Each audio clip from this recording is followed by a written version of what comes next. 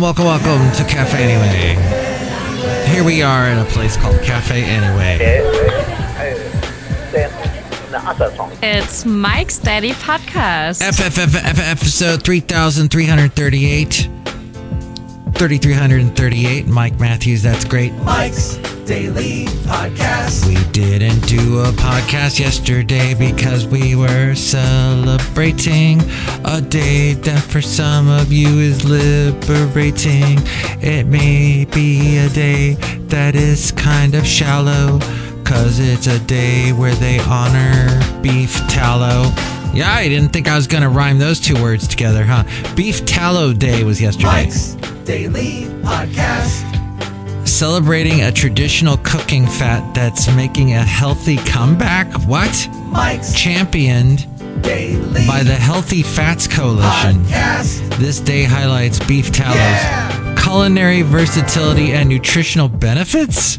That, according to nationaltoday.com, the last podcast we were discussing all kinds of scary stuff having to do with beef and how beef is so expensive now, and we're importing a lot of beef these days, a lot of cattle, and that's okay. The Healthy Fats Coalition said this. They sound like they're a front. Are they a front for people that like to eat things that are unhealthy? Let's see. Well, I guess they don't really. I'm looking through this. Okay. They established Beef Tallow Day to educate the public on the nutritional benefits and culinary versatility of these traditional fats, working to shift perceptions away from highly processed vegetable oils. Okay, that's the culprit. Vegetable oils. It's rendered from beef. Most of the time, it's cooked down from any cut of cow meat. Other times, it is fat skimmed from the meat and melted down. That's what they do. I guess it dates back to the Babylonians, as well as indigenous Australians and indigenous Americans. A common ingredient as well in beauty products like pomade up until the 20th century. Wow. And here's today's podcast picture. Putting beef tallow on your face. Okay, so some people are really into that. As we go outside a Café Anyway, where we bring you Mike's Daily Podcast somewhere in Podcastro Valley, the last place on earth. Broadcasting from Café Anyway. And the podcast picture is not of beef tallow, but of a wonderful lake that I usually see at least once a week because I work in this area, Fremont, California. They have Lake Elizabeth. I've featured podcast pictures of it before. The late great Basil the Boxer made a trip with me there once. And yes, it's got fountains now. They put fountains in it because they don't want the water to stagnate and create all kinds of awful algae that maybe a dog would drink the water and bad things would happen, and they don't want that. There are so many geese in this lake, and there's so much geese droppings around the lake. Probably in the lake too. I've seen pelicans land in this lake too. It's interesting, even though we're a ways off from the beach, but they like this lake for some reason. And those little, what are they called? The little birds, the little black birds with the little bills. Is it coots? Something like that. Yes, all kinds of waterfowl I've seen, and Canadian geese. See the picture at mikesdailypodcast.com, and all the past podcast pictures. They're right there for you to check out whenever you want. This show is clean. Yeah, there you go. That's true. You know that we have at mikesdailypodcast.com also a link to where you can watch a video of this. It's so exciting. No, it's not. It's horrible. In fact, it's only up for a day. So once the podcast goes up, it's for about a day, and then it disappears. But you can see it at mikesdailypodcast.com if you want to see sort of behind the scenes. But the thing is that I do not think that a videoed show is a podcast. It's a video show if it's videoed. It's a TV. Well, it's not a TV show necessarily, but it's a video show. Shouldn't be called a podcast. I don't think people like the name video show. Just like I don't really like the name audio show. But it's just a video. It's a video is what it is in simple terms. But this guy that I talked about last podcast that reached out to me, wanted me to be a guest on his podcast. I looked him up. Turns out he's kind of a con artist, Ponzi scheme kind of guy. and he does videos, and he's in like a full-on suit. He's got good, it looks like good cameras, but his show, quote unquote, his video is just a Zoom chat. Mike is on it, man. Go where no man has gone before. We love it, Mike. Is a Zoom session, is all it is. Is he's just basically posting a Zoom session, call, chat. I'm missing a word, what we always say about Zoom. Meeting. It's a Zoom meeting. That's what it is. Okay. Anyway, Café Anyway. I disagree wholeheartedly that is a podcast. Podcast started with audio. It will forever be just audio. It's a radio recorded, basically. And radio stations, just about every radio station on the planet, will post a podcast of some kind. Like they got an area where you can get specialty burgers. But not they from got an Café area Anyway. where you get chicken. They got an area where you can get everything's all here. this food. And you've never seen anything like it. Only this show, like you've never seen before in your life, broadcast from Café Anyway. So thank you for stopping by. But yes, we are going to post a video of this anyway. And we are also geeks. Deep down, I geek out about music stuff. Not necessarily computer games or sci-fi movies or TV shows, though I've seen a lot of those. But it was also Embrace Your Geekness Day yesterday, inviting enthusiasts. Get through that. I got into it. Who get into proudly showcasing their passion for geeky things, sci-fi, fantasy, gaming, comics. So that was going on, the cosplaying and all the people that are into graphic novels and movie marathons. What is going on, though, with these? So you got all these superhero movies that got so big in the late O's, the mid to late O's, we'd say, with your Hulk and your Iron Man, and then all those other Marvel movies came out in the early 10s. When you are a man, sometimes you wear stretchy pants. I don't think that's a clip from one of those movies, but it was huge, and then it's really not anymore. It has lost steam. The Supergirl movie did not do well. Though that's not a Marvel thing, that's a DC Comics thing. But as we go outside of Café Anyway, where we're bringing Mike's Daily Podcast, somewhere in Podcastro Valley, the last place on earth in the land of Ameritopica, what I'm saying is some of this geekness that pertains to superheroes is losing steam, it would appear. Supergirl, Café Anyway, I guess, was not the huge, tremendous hit that people were saying. But what's probably more interesting is that people are traveling. People are enjoying Route 66. They're having their 100-year birthday on Route 66, and there's so many businesses along that, going from Chicago all the way to Santa Monica Pier, and all along the path and through the desert, and there you can find pieces of sometimes there are pieces of road that, oh yeah, that was Route 66, but it got decommissioned at some point. This is Mike's Podcast Picnic. Literally ruins of road, and we are in fact outside of Café Anyway. For some reason, there's a part of Route 66 here at Café Anyway. Imagine that. So I brought a picnic, bringing the food that everybody eats on Route 66, and that would be road food. I brought you some road food. Imagine what it could possibly be, and then think healthy, because Mike's not going to get you fast food. He's going to get you healthy road food, however that is done. I'm always scheming, trying to come up with ways to make, you could have a burger, but instead use maybe... people get stuck on stupid. Don't get stuck on stupid with the beef. Go with maybe something leaner. And then you use a lot of vegetables and things. That's sort of... I know, the people on Route 66 do not eat healthy, is my point. There are lots of restaurants that are not healthy on Route 66. Greasy Spoon diners in particular. But there are wonderful channels that have been around a long time. That one that I used to, Healthy Girl, something like that, she used to do a eat this, not that stuff, where I think she would be on all these TV talk shows, real TV shows, not the fake ones that you see on YouTube. And they would talk to her, and travel into the incredible she would travel into this incredible universe of healthy substitutes for things that you eat, like pizza. You know, instead of loading up on cheese, maybe just something simple like a piece of tortilla, and then you put the tomato stuff on it and mushrooms. I'm thinking off the top of my head. I cannot pull all this from the back of my brain, but I try to do healthy substitutes. So here we are on Route 60. We're doing a healthy picnic, podcast picnic here on Route 66 outside of Café Anyway. And yeah, just beware. If you are going to be aware and beware on Route 66 of all the unhealthy food. Last question. Can you please tell me that I'm pretty? You're pretty because you are not eating bad road food. But 4th of July holiday, around the time and then the month of July, busiest travel period of the year.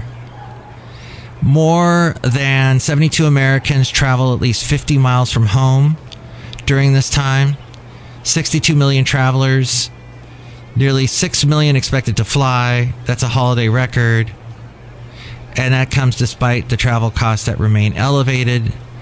Domestic airfares up 35% from a year ago. International fares have climbed a more modest 15%. The cost of hotels, rental cars, and meals have also increased. And gasoline, it did magnify quite a bit, but it is down from its recent highs. It is one of the biggest expenses for family road trips that are taking place. Travel has become one of the last categories that consumers are willing to sacrifice, though, however. The travel industry is one of the strongest sectors of the U.S. economy, supporting millions of jobs. And Americans continue to spend on experiences that create memories. That, according to Rob Black, I produce his podcast. He's heard on AM 1220 KDOW weekdays at 5 p.m. and he's on Cron TV Monday through Thursday in the 9 a.m. hour and digs up interesting stuff like that. And also, you know, the tourism that's taking place all around the U.S. San Francisco, they would really, I don't think they go so much, San Francisco doesn't have so much flying saucers as they do out in the desert, out near Vegas and the Area 51 and the Roswell and all that. But almost 25 million visitors visit San Francisco. Well, they are projected to visit this year, and that is the highest since before the pandemic. Those visitors are expected to spend about $10 billion, surpassing the previous record that was $9.6 billion. So it's not gone up too much. Oh, that record was set back in 2019, so it's only gone up about $4.4 billion in the past 7 years. But that creates $655 million in local tax revenue and supports nearly 64,000 jobs. I bet you there was such a tremendous dip during COVID. So 2019, we had $9.6 billion. Then it probably dropped significantly during COVID. And it's just now starting to reach $10 billion. Pretty much reach $10 billion again. But people, do they have enough money to travel? People have put money into the stock market, and apparently stock market gains have minted nearly 1 million new millionaires as of last year. The world's millionaire population now stands at 58 million people. The United States accounted for most of the increase, adding more than 440,000 millionaires last year. That means 1,200 new millionaires a day. That's the average. Wow. And then there's the AI millionaires. They're reshaping San Francisco and the housing market in SF. An explosion of AI, artificial intelligence wealth, is fueling one of the nation's hottest housing markets. The newest generation of tech workers aren't simply earning six-figure salaries. Wow! For example, employees at OpenAI that bring you the chat GPT. I still don't get it right. GPT. I don't know why I want to throw a B in there. It stands for generative. I looked this up. And then I promptly forget it. Stands for something protocol. That's right. No, pre-trained. Generative pre-trained transformer. How am I supposed to remember that? GPT. Generative pre-trained transformer. Chat GPT. Anyway, the employees for that company averaged roughly $1.5 million in annual compensation last year. And the new wealth is colliding with one of America's most constrained housing markets. The median home sale price in San Francisco climbed to $1.7 million, and that is up from 16% just a year ago. And that is nearly 4 times the national median home price. That one I don't understand. She's got she doesn't have a blank space anymore. She's filled that space, Taylor Swift. That was her, after the wedding. She was all drunk, and she sounded like that. Actual audio. Magnification. Did you get her a wedding present? I would say the whole country gave her a wedding present when they gave her all that money in that big tour she did a couple of years ago now. So, the renters in San Francisco are feeling the squeeze. San Francisco has reclaimed the title of America's most expensive rental market. The average monthly rent reached $3,827 a month, compared with the national average, which is way less than half that ish, $1,742. The surge represents the latest chapter in San Francisco's boom and bust history. The Republicans continue to point to San Francisco, but at the end of the day, oftentimes they are picking up their iPhone, which was introduced in San Francisco, calling their Ubers or Lyft, companies started and based in San Francisco, to go to their Airbnb company still and started in San Francisco, and then to go and tweet something nasty about our city, which again was a company until recently in San Francisco. $34 billion of venture capitalist investment last year alone, the AI capital of the world. That's what I will say. You can continue to try and put out a narrative, but the facts tell a different story. So when it is hot outside in the rest of the country, San Francisco was pretty cool on the 4th of July, but the rest of the country was quite hot. July is National Ice Cream Month. And last year, ice cream makers in the U.S. produced more than 1.2 billion gallons. 1.2 billion gallons of ice cream. And they made about $22 billion over the year. The average American spends about $289 per year on ice cream. Not me. I used to spend about $289 per year on ice cream, but now it's down to maybe $10. My lovely lady friend was itching for some ice cream on the 4th of July, and we ended up making our own. We had some yogurt. She added some kefir to it. Yes, kefir. It's sort of a yogurt drink. And then we added a bunch of fruit to it and froze it. It was delicious. The average American eats roughly 20 pounds of ice cream every year. That comes out to 4 gallons of ice cream. Outside of Café Anyway, somewhere in Podcastro Valley, the last place on earth in the land of Meritopia. Look who's here. Hi, Mike. It's Benita the rodeo queen. Hi, yeah. Doing I brought my horse Dilly. It's a disgruntled fiddle player. Tell you what. What? I didn't know the difference between a podcast, a real podcast, and a video. I just thought videos were podcasts. Tell you what. What? Isn't that true? Well, no, the name podcast comes from the iPod when people would... Well, I have a microphone. They had a microphone. And you don't. So you will listen to every word I have to say! The iPod didn't have anything you could watch. The original iPod, you couldn't watch anything. You just put your audio in there, your songs, and then, hey, I can grab this thing called a podcast. What's this? And it's a broadcast that just recorded, and it's in audio form, and you would stick it into the iPod and listen to it later. But then along come these apps that are, hey, you can video yourself, and woohoo! It's so exciting to watch people with microphones in their faces. And for example, if you are watching the video that I have put up that's going to disappear in about 24 hours, I am wearing what we call cans on my head. Headphones. They cover my ears. This is so I can hear, like when Adam Sandler's saying that he has the microphone, I will listen to every word he says. So I can hear these things happening on my show. A lot of podcasters wear these.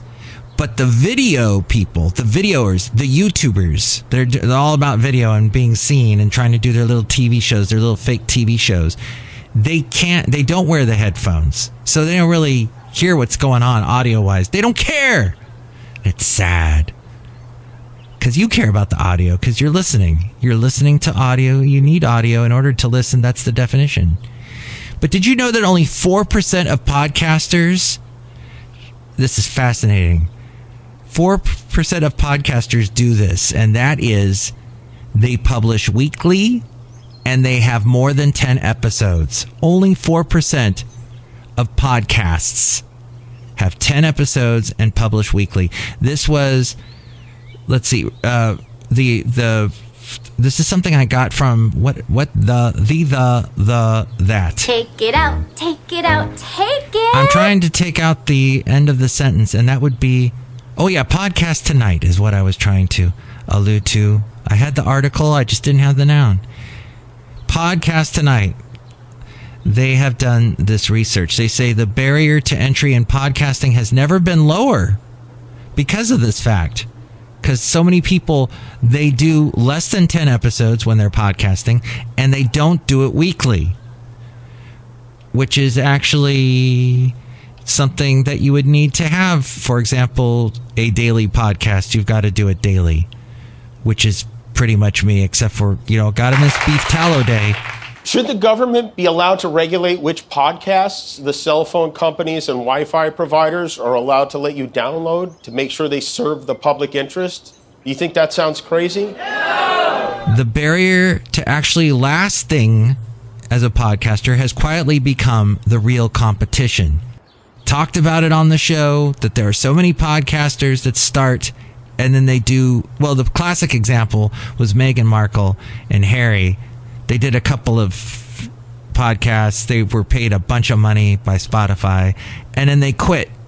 They quitted after just a few. I don't think they even made it to 10 episodes.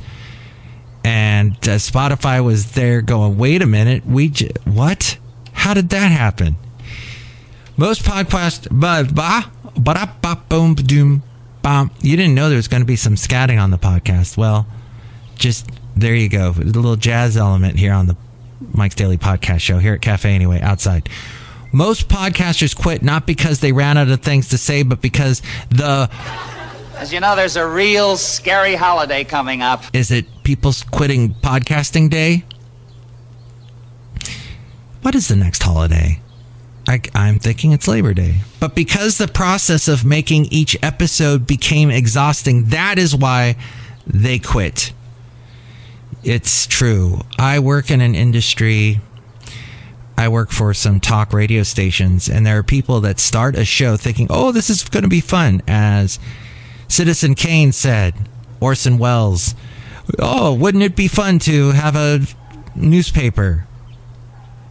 And then to realize all the work that goes into putting out a newspaper every single day, or with a podcaster putting out a show every week, or yours truly doing one every day, just about, except for days where I decide that I'm going to observe a special holiday, like the one yesterday, which was National what was the other? Rock Day. It was also Rock Day yesterday, as in the actual stone thing. They're great. Okay. But now for these podcasters that feel like a chore, editing, that's a big chore. Publishing the day that they're supposed to publish turns into a scramble. So there's the burnout factor. It is big in podcasting. It looks like a show that quietly stops updating. That is what burnout looks like. MTV News. You hear it first. and we are saying hi to one other person. Hello, Mike. I make the delicious root beer. Have some right now. Fabagoo. Things to do. Things to do. That is the thing to do, is to have some delicious root beer. Thank you, Brewmaster. That is mighty good. Yeah, I make the root beer down in the basement of the Café Anyway, and I'm down there and I make the root beer, and people are really nice to me because they come by and they check it out because they go on a tour. I'm part of the tour. Drink right now, I'll cut you. I'll have another sip. Very good. You know what I would like to take a tour of sometime? I have not done this, and I have no excuse. In the Bay Area, there's Treasure Island. That's that bit of island that you see. I think it's also called Yerba Buena Island. That is in between San Francisco and Oakland. You have the Oakland Bridge going to the island, and then you have the Bay Bridge going from the island to San Francisco. Well, there's so much history there. Speaking of superhero movies, they filmed some of Ant-Man there. And they have a Treasure Island museum. In fact, they have something called the Pan American Airways exhibit. Oh, yeah, because there used to be an airline that would take you from San Francisco to Hawaii, or I think even to China. So they have all these interesting exhibits. They have a thing about Eastman Kodak Company. Yes, Kodak. You know, before all of us were snapping photos so easily with our phones, and before we were filming each other with Kodak film, we were using... Jarrell-name. We weren't using Jarrell-name. And that alludes to a segment we used to have on the podcast called Jarrell-name, where I talked to a guy who was really into anime. And he was a bit of a geek when it came to that. But he doesn't go by that name anymore, so we don't do that segment anymore. Which it just sounds like we were about to start the segment. The Eastman Kodak Company introduced Kodachrome, 35mm slide film in 1936. It quickly became a sensation for its vibrant color, as well as the depth of field and sharp focus that it made possible. That's right, and you would have a little movie screen in your house, and you get the slide projector and bore the heck out of your friends. It says here their collection at this museum includes many Kodachrome slides of the Golden Gate International Exposition. And it was taken by early adopters. And that is all going on there at the Treasure Island Museum and other fascinating Bay Area things. I will have to check it out at some point. Well, if you would like to check out the phone number to call me and add anything else that I missed, perhaps something just flew right by me and I didn't catch it. Perhaps you would like me to repeat something to you over the phone. What were you talking about, Mike? What is this show? I can answer all these questions and more. Here's the number to call. Call Mike at the Café Anyway hotline. Area code 510-228-4640. And with all things having to do with Mike's Daily Podcast, we go to the mainframe and hear from A-Frame. Thank you for listening. Thanks again. Thank you for listening. We really appreciate it. Thanks a lot.